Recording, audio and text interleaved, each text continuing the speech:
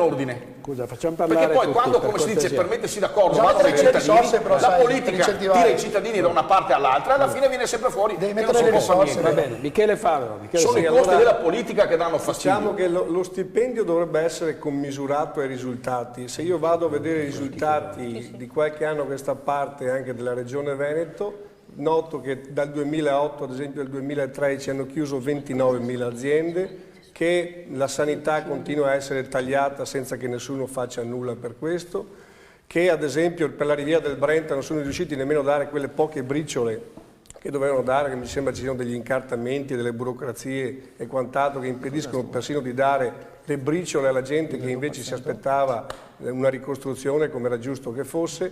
Allora di cosa stiamo parlando? Lo stipendio è anche basso se vediamo la responsabilità che hanno e i risultati che dovrebbero conseguire, uso sempre il condizionale. Io darei 1 milione di euro a Zaia se riuscisse a tenere qui almeno il 50% del residuo fiscale che, ricordiamolo, era di 20 miliardi, adesso non so quanto sia. Allora stiamo amministrando una regione che sta letteralmente morendo e questo è il risultato della politica, del nulla. Allora sono tanti, anche 1.500 euro al mese, se questi sono i risultati.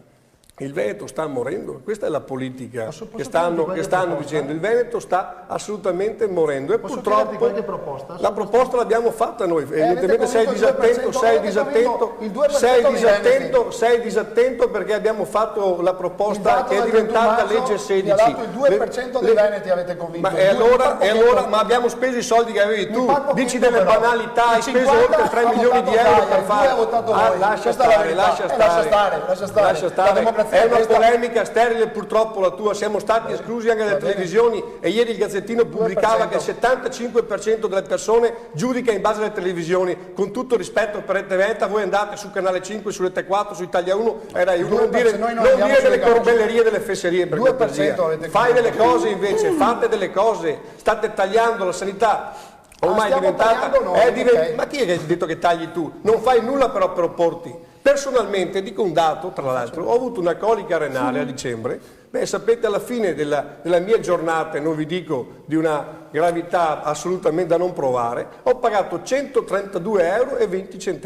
Per carità, la Regione mi ha messo questa prestazione, è costata 190.